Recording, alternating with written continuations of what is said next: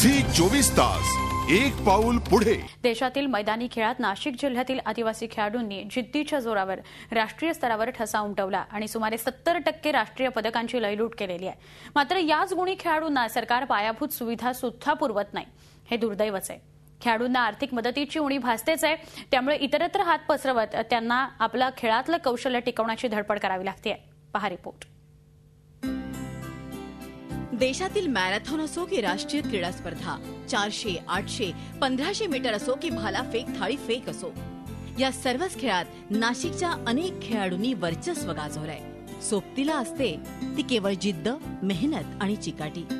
उदाहरणच द्यायचं झालं तर नुकत्याच सैफई इथं पार पडलेल्या स्पर्धेत आदिवासी मुलामुलींनी 4 सुवर्ण, 2 रौप्य आणि 1 कांस्य पदक मिळवत आपल्या जिद्दीची चुणूक दाखवली आहे। सावरपाडा एक्सप्रेस कविता राऊतनं सुरू केलेली ही शृंखला आता अंजना ठमके, संजीवनी जाधव, किसन तडवी, दत्ता बोरसे सारख्या आदिवासी खेळाडू पुढे टिकवून ठेवतायत। मात्र या खेळाडूंना मोठा गाजावाजा करत दिलेली आश्वासनं पाळण्यात सरकार अपयशी ठरतंय, हे दुर्दैवच म्हणावं लागेल।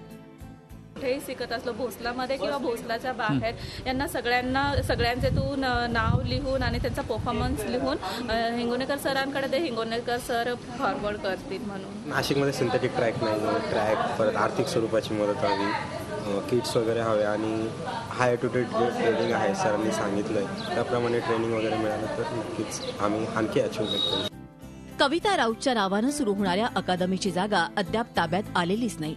गेल्या 5 वर्षांपासून मागणी होत असलेला सिंथेटिक ट्रॅकही अद्याप हवेतच आहे। नाशिकचे लोकप्रतिनिधी आणि राज्याचे आदिवासींचे लोकप्रतिनिधी म्हणवणारे नेते केवळ घोषणा करून वेळ मारून नेत आहेत। केंद्राकडनं मोठ्या प्रमाणामध्ये पैसा येतो, शिक्षणासाठी येतो, क्रीडासाठी येतो, आरोग्यासाठी येतो, परंतु त्याचा विनियोग बरोबर होत नसल्यामुळे त्याचंच हे जिवंत उदाहरण। अर्थसंकल्पाचा बहुतांश निधी हा आदिवासींच्या विकासासाठी खर्च होत असल्याचं सांगितलं जातं।